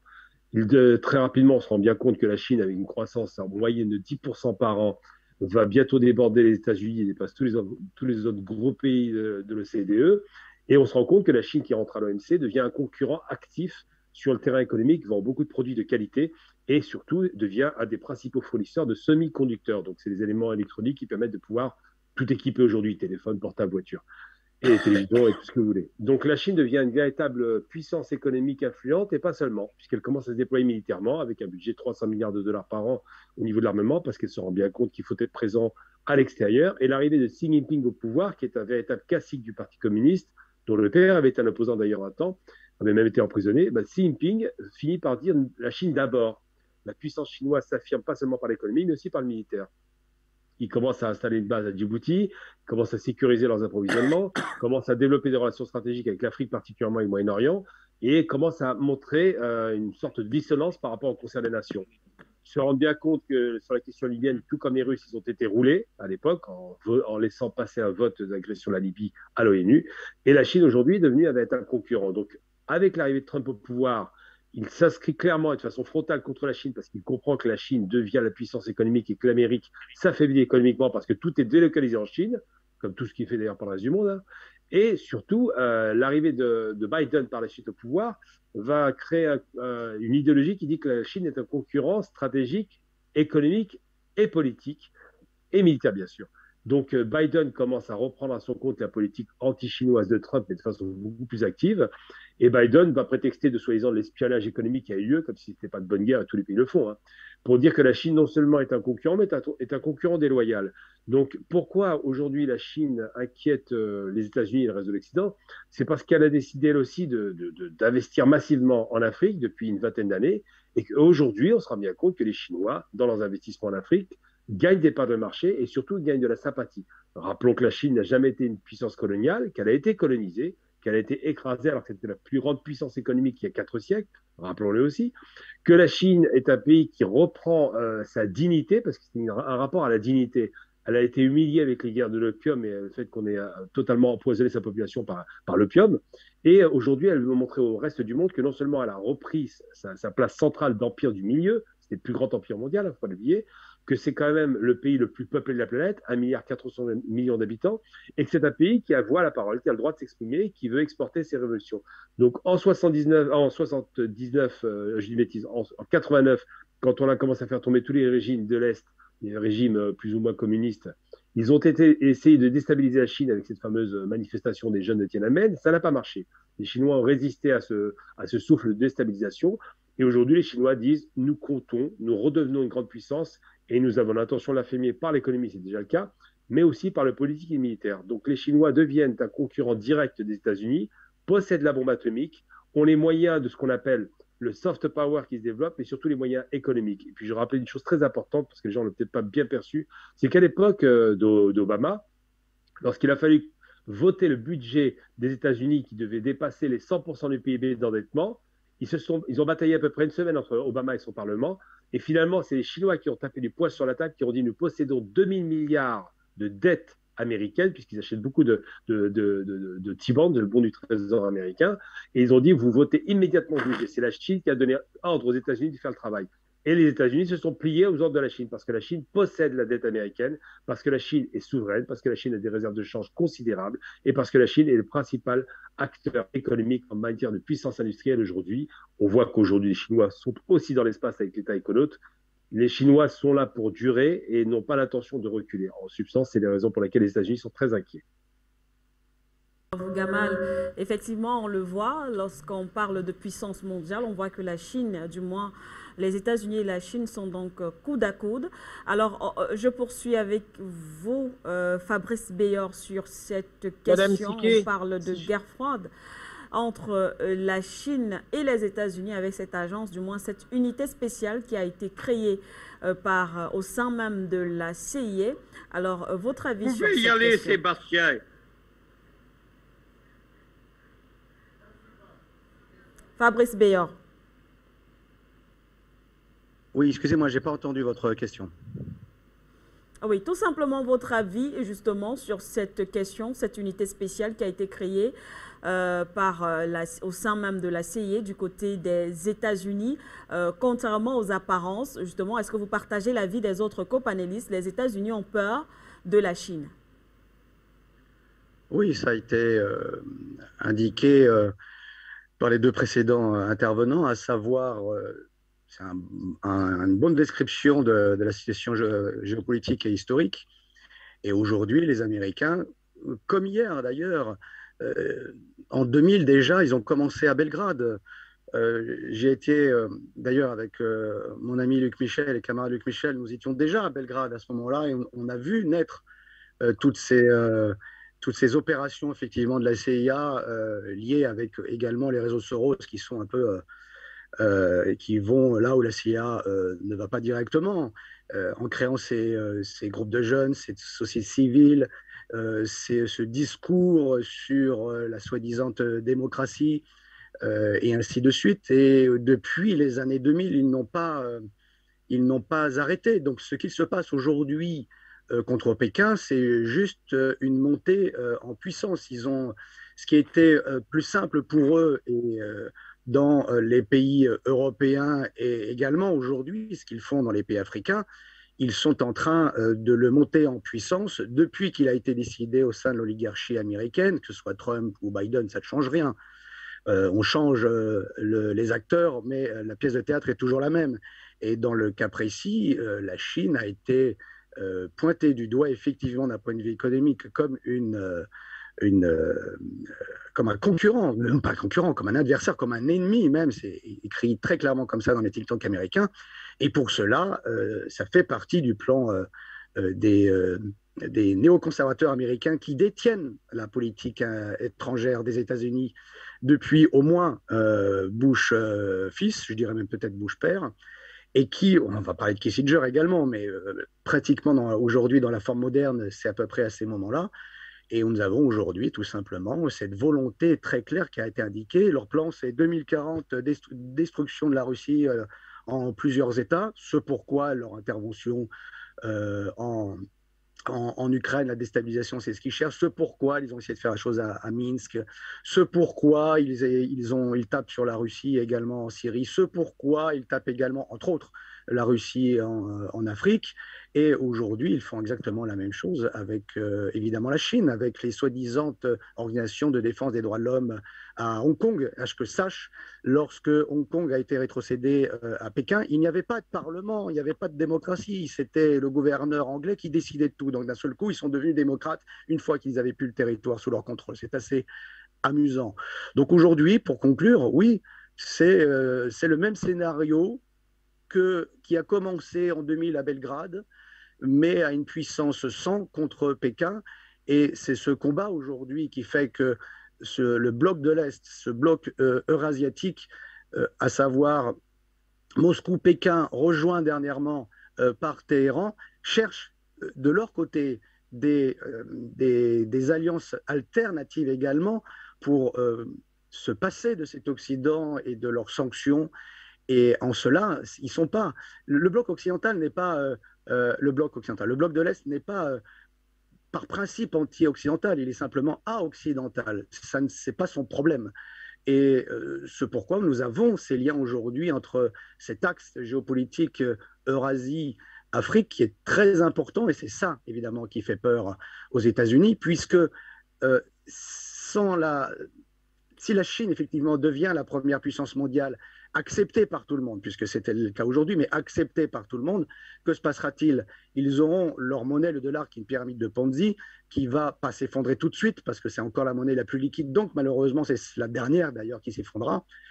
Mais ce pourquoi ils ont comme ennemis la Russie et la Chine, parce qu'ils perdraient leur centralité par rapport à la finance internationale, et puis aussi la Russie parce que la Russie qui tend la main depuis l'arrivée de Poutine au pouvoir à l'Europe en disant faisons une maison commune, faisons justement la paix pour construire de Vladivostok à Dublin un espace commun pour le développement économique, et lorsqu'on aura réglé tous ces problèmes effectivement de sécurité, mais ça en discutant ensemble, ça les États-Unis ne le veulent pas parce que l'Europe qui leur échapperait, ce serait la fin de leur domination internationale. Il y reviendrait à ce qu'ils sont véritablement, c'est-à-dire une puissance régionale très endettée. Donc, oui, nous allons de plus en plus vers des politiques américaines de déstabilisation, et la CIA, les organes aussi publics, le cache-sexe de la CIA, la NED, le NDI, tout cela et toutes les organisations de Soros vont de plus en plus effectivement intervenir, non seulement en Europe depuis un certain temps, en Afrique on le voit bien, il y a une tentative de relance, et puis bien évidemment en Chine. C'est en cela qu'il ne faut pas rentrer dans le discours occidental où ils parlent soi-disant des droits de l'homme. S'ils étaient intéressés par les droits de l'homme, il y aurait très longtemps qu'on aurait pu le constater. Et pour la France, on aurait pu le constater par rapport au comportement de la Micronie vis-à-vis, par exemple, des Gilets jaunes. On aurait pu le constater également ailleurs pour ce qui peut se passer dans certains pays qui là, alliés au bloc occidental, n'ont aucune campagne contre eux, contre ces pays. Donc, que les États-Unis utilisent la CIA, c'est tout à fait normal, puisque c'est leur méthode d'agir, déstabiliser grâce à ces organisations de soi-disant la société civile pour fragiliser les États et préparer ce qui eux-mêmes indiquent, même dans leurs écoles de guerre, c'est-à-dire la Troisième Guerre mondiale, avec dans leur tactique, dans leur stratégie militaire, l'emploi d'armes atomiques tactiques. Même en Europe, c'est prévu, c'est déjà validé, c'est étudié, c'est à vers quoi on se dirige. C'est pour cela que il y a une nécessité que ce bloc, cet axe Eurasie-Afrique se renforce, puisque se renforçons, on peut effectivement éloigner, perturber, voire annuler cette politique américaine criminelle. Et là, on est véritablement face à un crime contre l'humanité, puisque qu'est-ce qu'une troisième guerre mondiale si ce n'est l'emploi du nucléaire? Je vous laisse réfléchir à cette question et où se trouve le camp du bien, le véritable camp du bien et la véritable communauté internationale et la cause des peuples.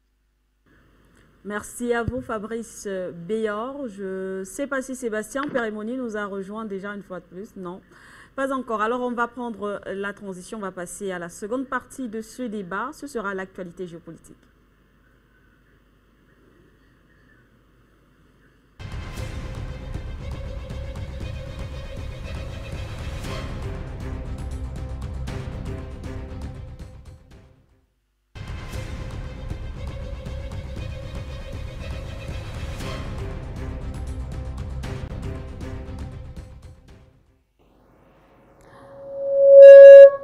Voilà. Alors, en parlant de l'actualité géopolitique, nous allons nous atteler sur deux thématiques très rapidement avant de passer à la dernière partie de cette émission. On va commencer une fois de plus par vous, Fabrice Béor. Cette déclaration du président français Emmanuel Macron, sans la France au Sahel, il n'y aurait donc plus de gouvernement du côté de Mali. On rappelle que le président français revenait ainsi sur les relations tendues que voilà, son pays entretient actuellement avec le Mali. Votre analyse donc sur ces déclarations, Fabrice Béor?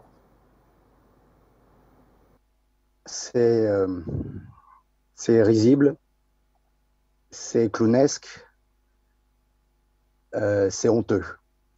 Pourquoi? Pourquoi? Parce que si la France de Sarkozy, d'Hollande, de Tony Blair, d'Obama n'avait pas détruit la Jamaïria, il n'y aurait pas tous ces groupes djihadistes ou terroristes dans le Sahel. Donc quand la France parle, quand Macron parle au nom de la France, quelle honte, que sans la France il n'y aurait plus d'État malien, moi je dirais sans l'intervention de la France, l'agression de la France en Jamaïria, il n'y aurait pas de problème aussi grave au Sahel. Et je rappellerai, sans le Sahel, sans les ressources du Sahel, il n'y aurait pas d'énergie atomique nucléaire française. Ça, il faut également le rappeler. Ça, c'est un premier élément. Maintenant, Macron est, comme toujours, dans un comportement et un discours néocolonial. Vous savez, pendant la période de colonisation en France, on avait toujours des prétextes pour coloniser. La France était apporter la civilisation, puisque la civilisation n'était jamais arrivée à l'Afrique. C'est une évidence, tout le monde le sait. Et puis, après, on a eu le discours, jusqu'à aujourd'hui d'ailleurs, sur les droits de l'homme. Maintenant, on parle de la sécurité. Mais le point commun de tous ces sujets, ces arguments, entre guillemets, pour intervenir en Afrique, c'est l'intervention, l'ingérence d'une puissance étrangère non désirée.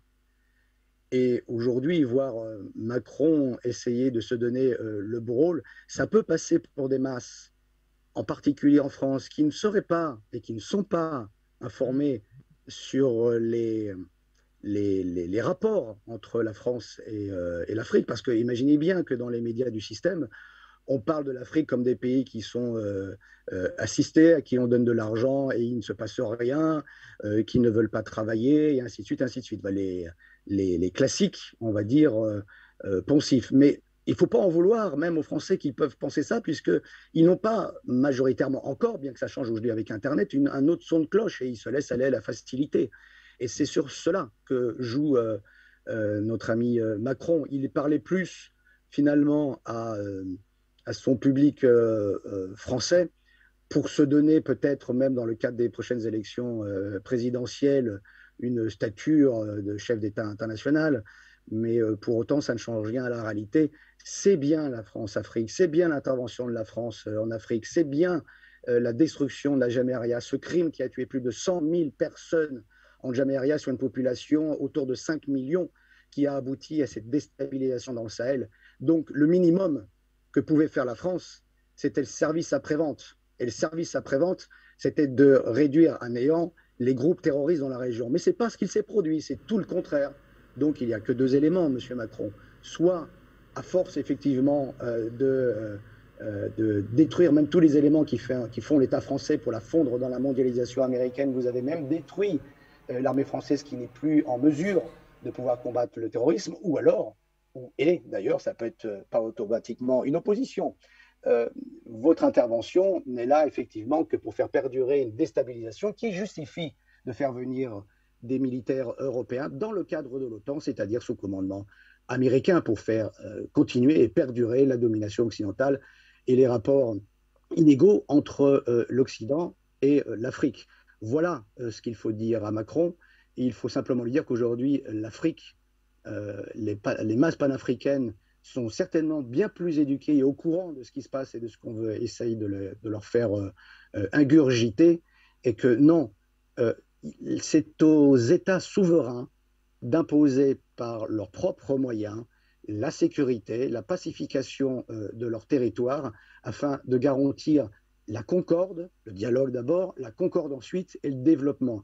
Et cela passe par le respect effectivement des décisions souveraines, et cela passe par le respect qu'un État africain peut décider d'avoir d'autres partenaires que la France, surtout s'il parle, et pour conclure, quand Macron parle évidemment toujours de la Start-up Nation, donc de l'efficacité, de la productivité, eh ben, si on fait une comparaison entre ce que la France a fait depuis 10 ans au Mali et ailleurs dans le Sahel, et ce que la Russie a fait en préparation de 3 ans et après 3 mois d'intervention, de soutien militaire à ce qui s'est passé par exemple en Centrafrique, je pense que d'un point de vue rationnel, il est bien plus intéressant de faire des accords sécuritaires avec des partenaires sérieux et non pas continuer avec un partenaire qui, en plus d'être inefficace, est très prétentieux et méprisant avec vous-même. Aujourd'hui, dans ce 21e siècle, il n'y a plus de place pour ces rapports néocoloniaux,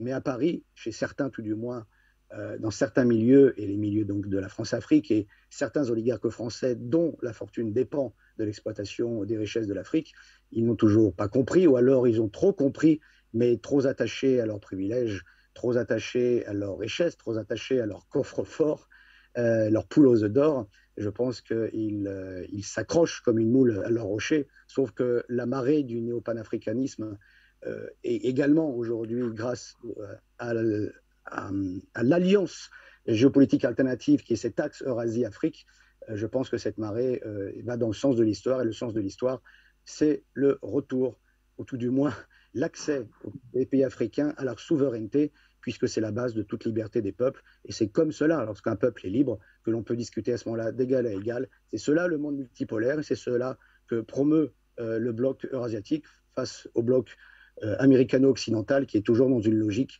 de soumission et de rapports inégaux. Voilà, merci à vous Fabrice Beyor. Malheureusement, on a perdu la connexion avec Sébastien Périmoni. On reviendra sur cette actualité certainement dans nos prochaines éditions. On va tout simplement donner en guise d'information que le Conseil de sécurité de l'ONU a prévu donc une visite du côté du Sahel, précisément au Mali et au Niger, en fin de ce mois, afin donc d'étudier les paramètres sécuritaires dans cette région. L'OTAN examine donc actuellement des options pour un soutien accru du côté du G5 Sahel, possible intervention de l'OTAN donc au Sahel. On y reviendra dans nos prochaines éditions. On passe donc à la dernière partie de ce programme, c'est le duel.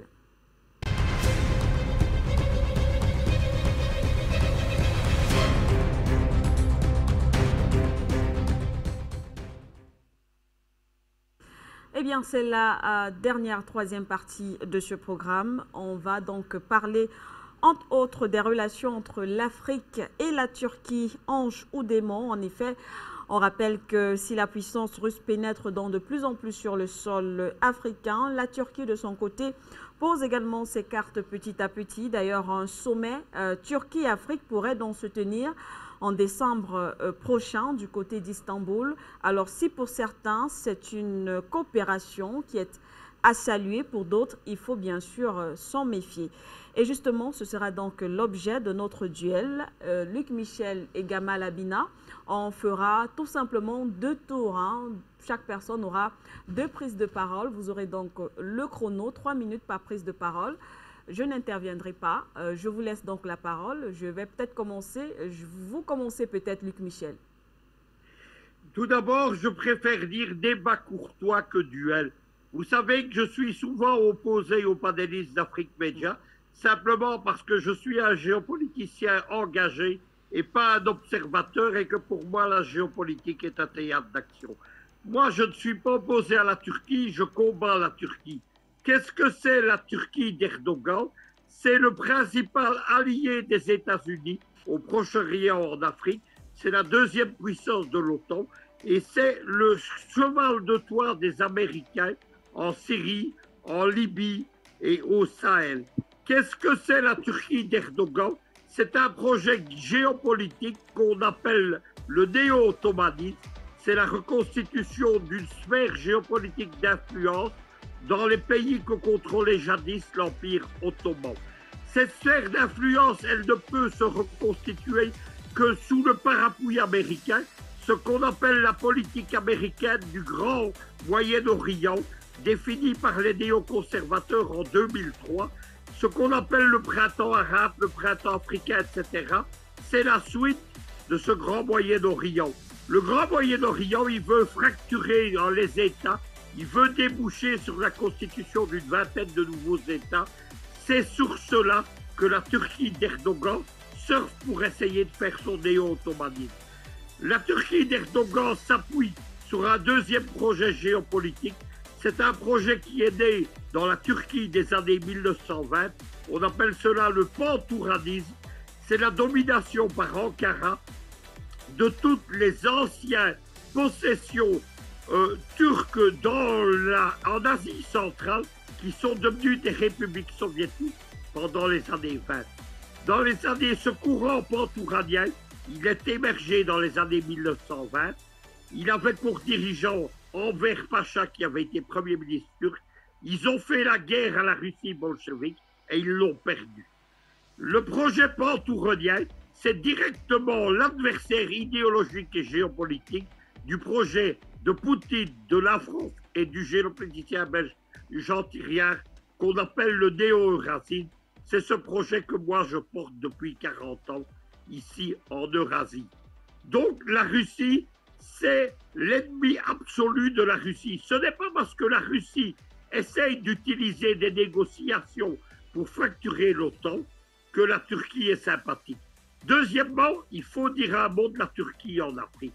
Exactement comme la Turquie occupe une partie de la Syrie avec l'armée américaine et a aidé à tenter de détruire la Turquie de Bachar el-Assad, la Turquie, elle aide les États-Unis à s'introduire en Afrique. En 2019, la Russie, qui était derrière le général Haftar, et comprenez que j'ai été Kadhafi, je suis Kadhafi, et je mourrai Kadhafi. Je n'ai donc pas de sympathie pour... Merci à vous, Luc Michel. On reviendra vers vous pour votre seconde prise de parole. Gaban Abina.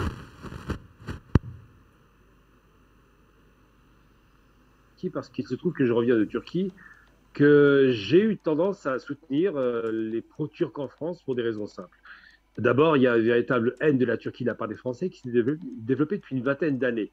Ce n'est pas un hasard, c'est l'arrivée de l'AKP au pouvoir en 2002 qui a conduit les Français, évidemment, quel que soit le parti politique, à avoir cette haine. Bon, Sarkozy, ça s'explique par sa maman, puisqu'il est d'origine grecque, mais le reste, ça s'explique pour des raisons idéologiques. Alors, je suis aussi pro-Kadhafi. J'ai toujours été pro-Kadhafi, quelle que soit la période d'ailleurs. C'est un homme qui était un homme éclairé, qui était un universitaire, qui était panafricain et panarabiste aussi. Il a été trahi par les Arabes, évidemment. Il a gardé sa ligne sur l'Afrique et il était de ce point de vue-là quelqu'un de très honnête.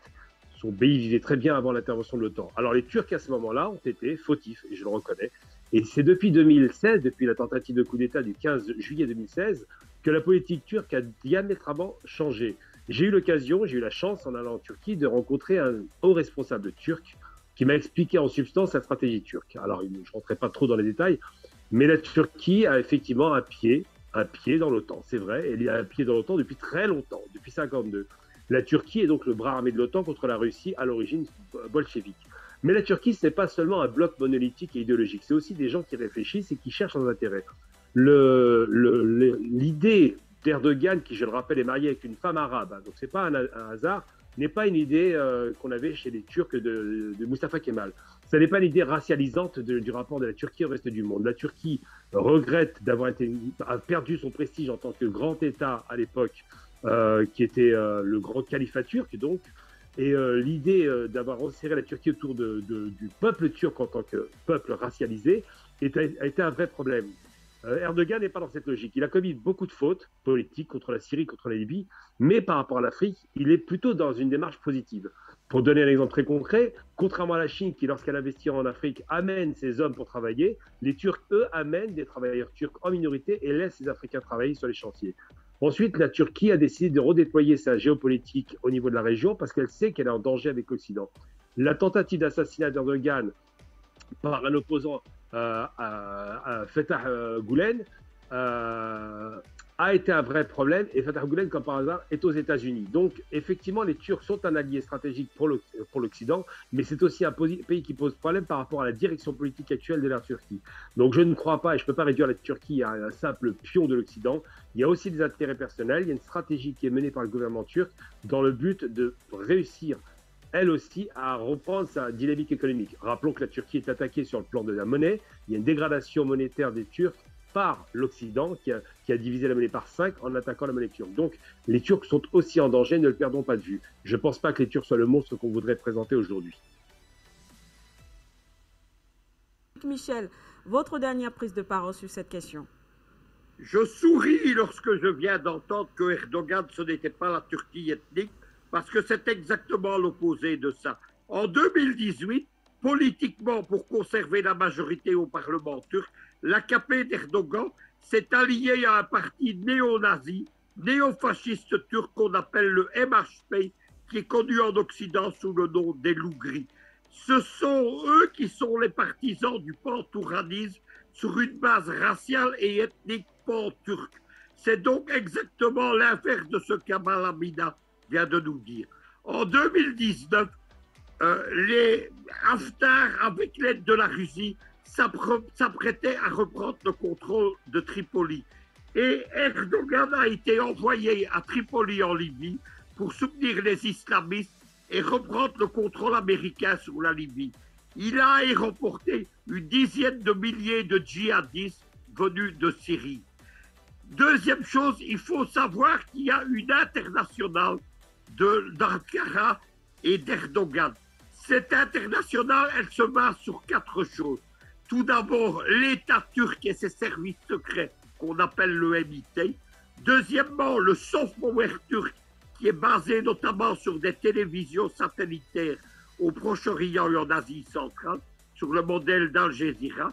Troisièmement, une internationale des frères musulmans qui sont tous passés sous le contrôle de la Turquie et qui au Proche-Orient combattent tout ce que nous défendons. Les frères musulmans, pour comprendre, ils ont été instrumentalisés par le Troisième Reich nazi dès 1938. La principale mosquée des frères musulmans, elle est à Munich. En 1945, ils sont passés dans l'orbite de la CIA lorsque la CIA a récupéré les services secrets nazis. Depuis, ils servent la politique américaine. La 4e internationale, les politico-militaires, c'est l'internationale des djihadistes de tendance d'Al-Qaïda. C'est les Turcs qui sont les parrains en Syrie, en Libye et au Sahel. Venir expliquer que la Turquie en Afrique vient aider les Africains à combattre le terrorisme au Mali ou au Niger, c'est une farce tragique. Lorsque, à partir de 2008, il y a une 4e organisation djihadiste transnationale qui apparaît. Avant, il y avait AQMI, il y avait l'État islamique au Grand Sahara qui est Daesh, il y avait Boko Haram, il y a aujourd'hui l'organisation Al-Nusra. Al-Nusra, ce sont les djihadistes venus de Syrie avec l'aide des Turcs. Al-Nusra, c'est l'ancien nom, c'est le nouveau nom, excusez-moi, d'Al-Qaïda en Syrie. Tout est dit. La Turquie, c'est un danger mortel pour l'Afrique et le Proche-Orient. C'est un danger qui doit être détruit. J'ajoute une dernière chose. Lors de... Merci à vous, Luc Michel. Malheureusement, le chrono était déjà arrivé à sa fin. On va donc passer la dernière prise de parole pour Gamal Abina et on sort. chose, c'est qu'il met dans le même sac les frères musulmans et les mouvements saoudistes, qu'on va appeler wahhabistes pour faire simple. Oui, la Turquie a fait alliance avec un parti d'extrême droite, c'est vrai, parce que, enfin la Turquie, Erdogan, parce qu'il a perdu son alliance avec les Kurdes des gens qui le soutenaient. Donc c'est une alliance stratégique qu'il a utilisée et qui va lui coûter certainement sa prochaine élection en 2023. C'est possible, c'est pas sûr. Par contre, non, on ne peut pas dire que les Turcs soient le promoteur de l'islamisme en Afrique, c'est faux. La Turquie a commis une grosse faute en Syrie, a commis une grosse faute en Libye, mais je rappelle quand même que l'Algérie se satisfait pleinement de la présence turque en Libye, puisqu'il a empêché le traître Haftar de venir prendre Tripoli. Le même Haftar qui avait menacé l'Algérie de guerre, je le rappelle. Ensuite, les Algériens ont crié officiellement, mais en réalité, ils étaient très contents. L'Algérie investit considérablement en Turquie et vice-versa, parce qu'ils se sentent vraiment un destin commun. Ensuite, la Turquie fait de la politique, hein, comme tous les autres pays, utilise un rapport de force. Je rappelle qu'ils ont tenté de l'assassiner en 2016, donc il a quand même changé sa politique. En vérité, on ne peut pas mélanger les frères musulmans avec les autres organisations. Ce n'est pas les meilleurs ou les pires, ce n'est pas une question. Mais les frères musulmans ne sont pas à la manœuvre dans le Sahel du tout. Du tout. Ennusra, c'est encore un autre débat, parce que c'est une question de concurrence et de mainmise. Je rappelle que Erdogan est marié avec une arabe et qu'il n'a pas ce rapport de l'obsession des Turcs en termes raciaux, c'est pas vrai. C'est pas parce qu'il a fait alliance avec un parti effectivement raciste, on peut le dire, que pour autant sa vision n'est pas une vision islamique. C'est une vision islamique, c'est pas l'islamisme qui va installer. C'est la raison pour laquelle il avait avancé ses cartes en Égypte, en Syrie, en Libye. Étrangement, avec l'Algérie, ça se passe bien, parce que c'est pas le même rapport. C'est des rapports d'État-État, des rapports des réels politiques. Aujourd'hui, Erdogan a revu sa copie, veut tout faire pour redonner ses lettres de noblesse à la Turquie historique. C'est un débat qui est long, qui est difficile à amener. Mais rappelons que la Turquie a été attaquée à telle enseigne qu'elle était presque à 1000 milliards de dollars de PIB. Aujourd'hui, elle est 700 milliards. Elle est attaquée par qui? Elle n'est pas attaquée par l'Arabie, elle est attaquée par l'Occident. Les Occidentaux utilisent la Turquie parce que ça les arrange pour faire face à la Russie. Rappelons qu'Erdogan est équipé de S-400 avec les Russes, donc il y a des rapports qui sont en train de changer. Et en même temps, les Occidentaux attaquent la Turquie de façon permanente sur les théâtres africains et moyen-oriental. Donc la Turquie ne se réduit pas simplement à une vieille politique turque impérialiste qu'on a pu connaître à l'époque. La Turquie, c'est un président qui a une vision pour son pays, qui est une vision qui s'inscrit dans l'histoire, qui est beaucoup plus profonde que le simple Mustafa Kemal. Donc c'est vrai qu'Erdogan a fait alliance avec un parti extrême droite, je le reconnais, mais ce n'est pas ça qui dicte la politique d'Erdogan. Preuve en est, en Afrique, ces investissements ne se font pas sur un rapport de maître à esclave. Et je rappelle que l'alliance entre l'Algérie et la Turquie démontre que les Algériens sont les pires ennemis des islamistes. Que quoi qu'il en soit, Erdogan est considéré comme un adversaire, comme un partenaire sérieux. Donc je peux comprendre qu'on veuille un peu mélanger les choses, mais on ne peut pas, c'est long comme discussion. Les courants islamiques sont très nombreux et sont très opposés. Les frères musulmans sont les ennemis déclarés de l'Arabie Saoudite pour des raisons historiques qui sont très longues à expliquer, mais il est certain qu'Erdogan est frère musulman et soutient ces courants-là. Maintenant, la réalité politique s'impose. Eh bien voilà, merci donc à vous Gamal Abina, merci également à vous Luc Michel, chers téléspectateurs, à vous de vous faire donc une idée, votre propre opinion sur cette actualité après les analyses de nos invités. On remercie également Fabrice Beyor qui a été avec nous et Sébastien Périmoni. C'est donc la fin de cette autre édition de Géopolitique internationale sur Afrique Média. Merci de nous avoir suivis et à dimanche.